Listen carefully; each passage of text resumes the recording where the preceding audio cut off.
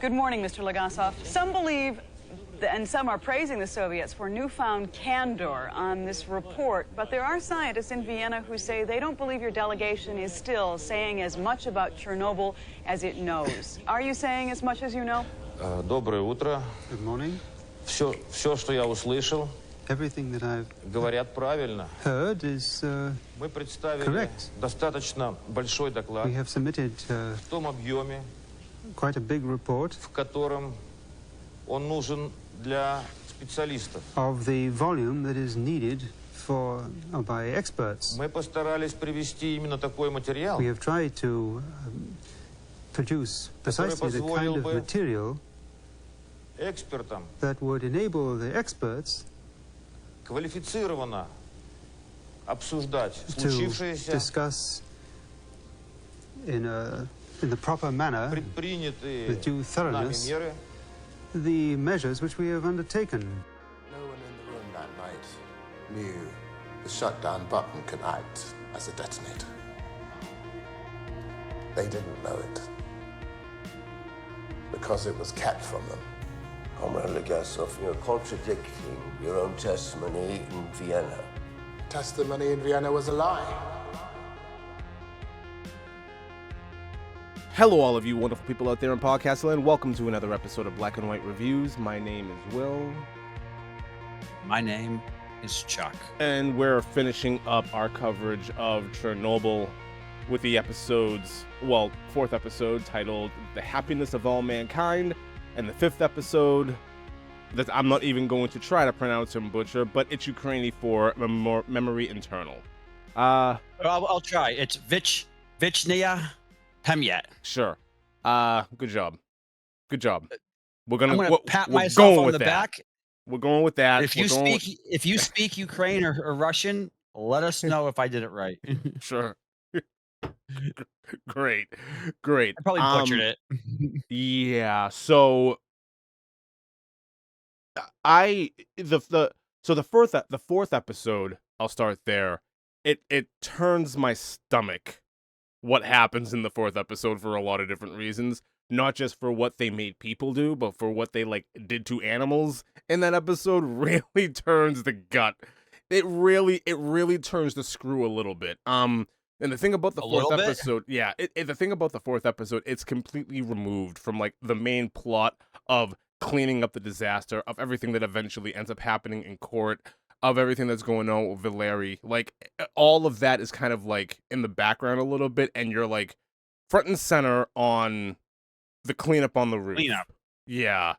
And in the land around it. It's absolutely wild. The way that it happens. Just two things that I'll speak on is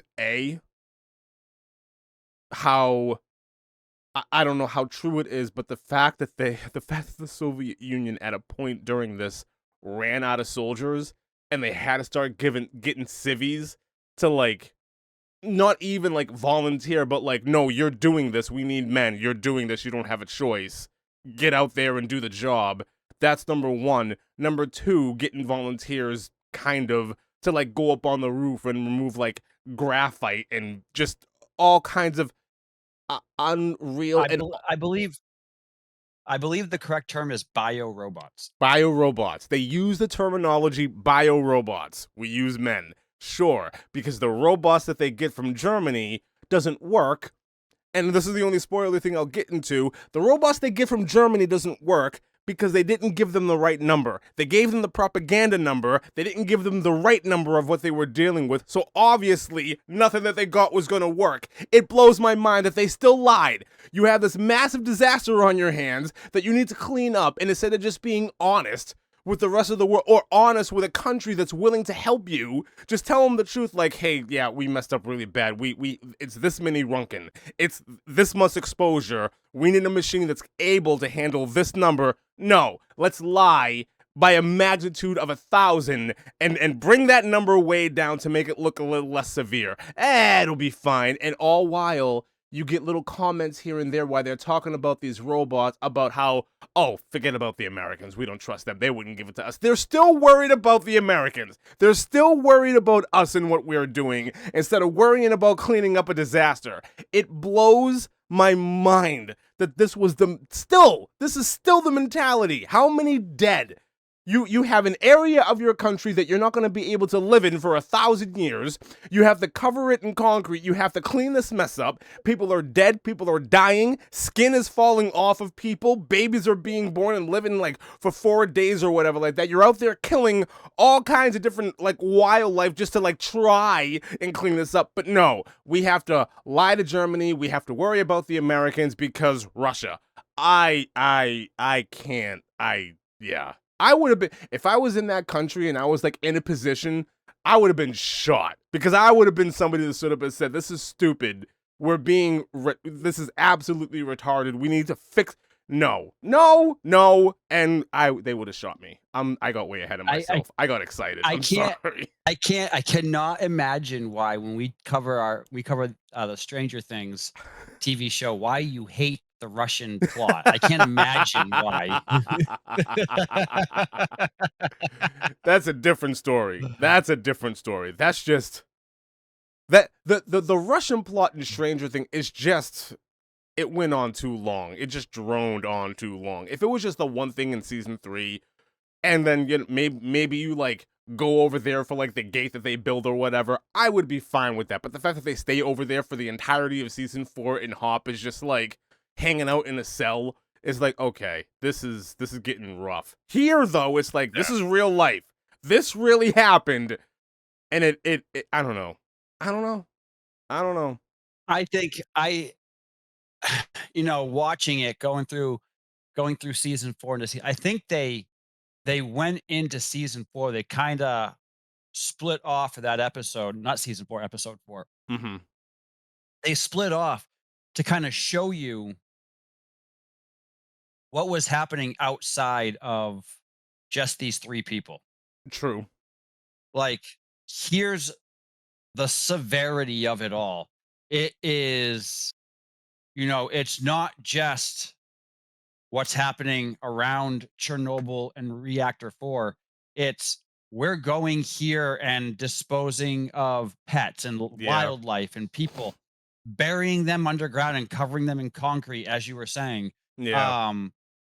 It's the fact that the episode 4 is titled "The Happiness of All Mankind" when there was nothing happy about this episode. There is nothing happy about means. any of this. Especially when this young kid who is brought into it all to help dispose of these animals, when he goes inside the apartment and he's faced what he's faced with, you sit there and you're going, there's no way. There's no way. Yeah. I wouldn't be able to do it. Nope. I would not be able to do it. I'm an animal lover. I would not be able to do that job. I couldn't do it. Shoot me. Yeah. Shoot me. I'm kind of there with you. I would be with you. I would be one of the first guys shot. Yeah. I would sit there and go, why are you? Because here's the thing, is we get into it in episode 5, but reactor 4 melted down not because there was a problem necessarily with reactor 4. Nope.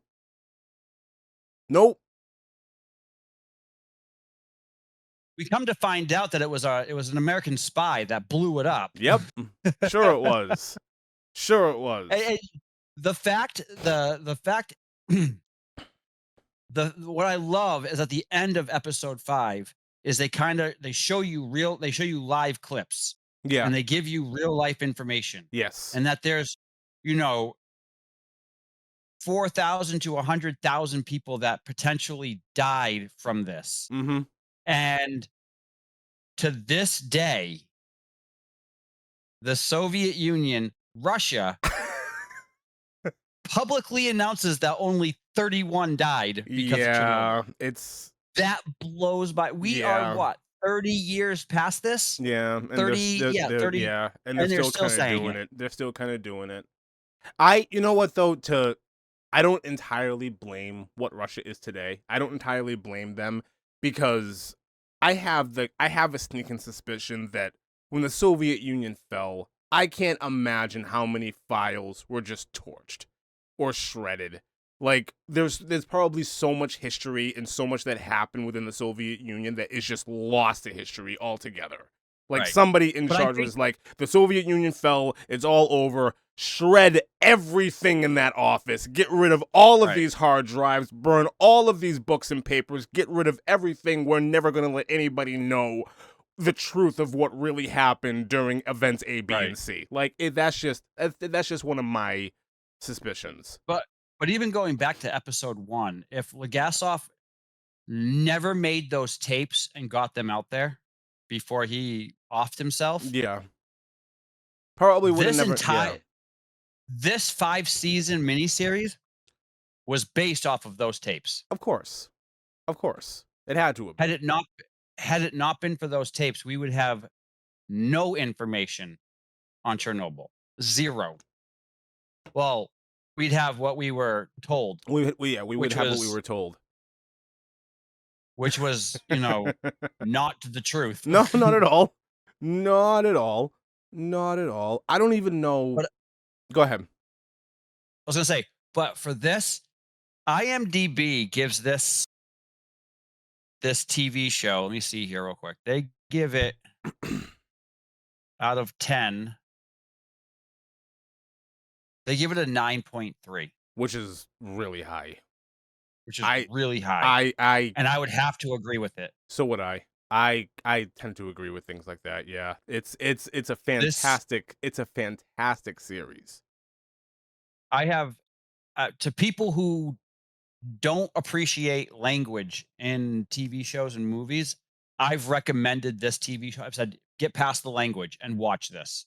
It's a hard watch, but it's a hard watch it's not because that languagey. no, but It's there's not people that I that know that are just languagey. Okay.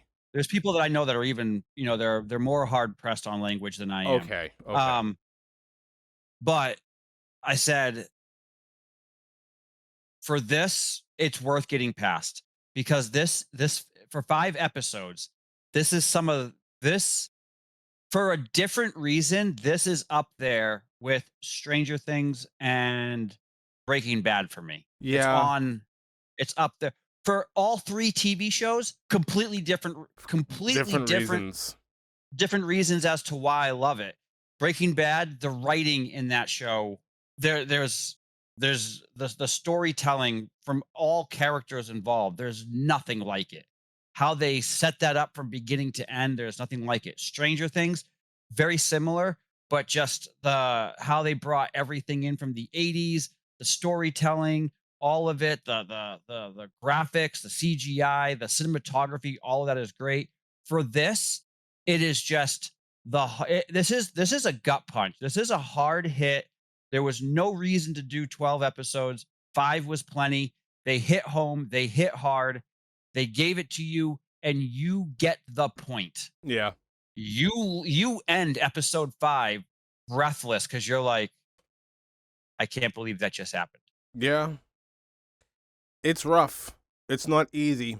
It's not easy. Before we even get into it, I love how in episode 4 how they open up and they just show like this one secluded area and it's just barren. It's absolutely barren. Like you see like plates and everything else on the table, and they do a really good job like scattered throughout this miniseries. They do a really good job of showing you what Pripyat or what like Chernobyl is actually like. Like the state where things were left in were actually left there. People were pulled out of their homes mid supper, mid dinner, mid lunch, whatever. The hospitals were abandoned, and there were still like boots and the fire equipment that is like downstairs in the basement. Hospitals are left with like the sheets and not to get too graphic, but like the sheets and just like body fluid and blood still on the bed. Like it's wild when you actually look at that, and when you actually go and you do a lot of research, you find out, oh my God, all that stuff is really there. It is really a place that is literally frozen in time. And it's just, it's crazy the way that they were able to do this. And even if I'm not expecting this show to get everything right because there's no way any of us are ever going to know what really happened because none of us were there. The people who made the show, they weren't there. And they were going by the tapes of somebody, somebody's firsthand knowledge. Legazov wasn't in every corner of the situation while things were going on. He wasn't in, the offices when the higher ups were making decisions. Even that being said, if a half of what this docuseries is trying to tell us is true, that's enough for me to say this is one of the worst events in human history. This is one of the worst catastrophes in human history. Next to 9/11, this has to be like the worst man-made disaster to ever happen. Yeah, but 9/11 was an attack. This was just 9/11. I'm talking about catastrophe. I'm not talking about like what's an attack versus like what's human error. I'm just talking about strict like some of the worst things to happen in history. The buildings fell was the catastrophe. The buildings falling was the catastrophe. I would wager to bet that there are probably more lives that were lost in Chernobyl than 9/11. I haven't looked that number up, but I wouldn't be surprised. Well, there's only about there's just shy of 3,000 from 9/11. There was 4,000 to I think at the end of episode 5 they said anywhere from 4,000 up to 100,000 people died. That's a wide margin. I don't know. It's wide margin because they don't fully know. They don't know exactly. They evacuated 300,000 people out of Pripyat. Yeah. 300,000 people. That's a lot of people. That's a lot of people. After they were exposed. Yeah. People. Yeah. I mean, how many of those guys on top of the roof? We'll get into it more. Yeah. But actually, you want to just get into it now? Yeah, go ahead. Go ahead. So we're going to slide right into spoiler territory. Find us on patreon.com/blackandwhitereviews. Most of our stuff from this point on is on Patreon. You can also find us on all social medias. Wow, I just went blank. YouTube and Instagram at Black and White Reviews 1866. Okay. And Facebook at Black and White Reviews. Like, follow, subscribe, share, comment. We want to hear inputs. I don't know if you saw, you put up a short on YouTube for Chernobyl the other day, and there was a comment, and I was talking, and for like 2 or 3 times I said the word like. I was talking about something yeah. And this guy was like, and like, and I'm like, whatever, bro. Like, cool. But with that being said, we're going to slide right into spoiler territory. And one of the things that I want to talk about before we get too deep into it is the 2 big things in episode 4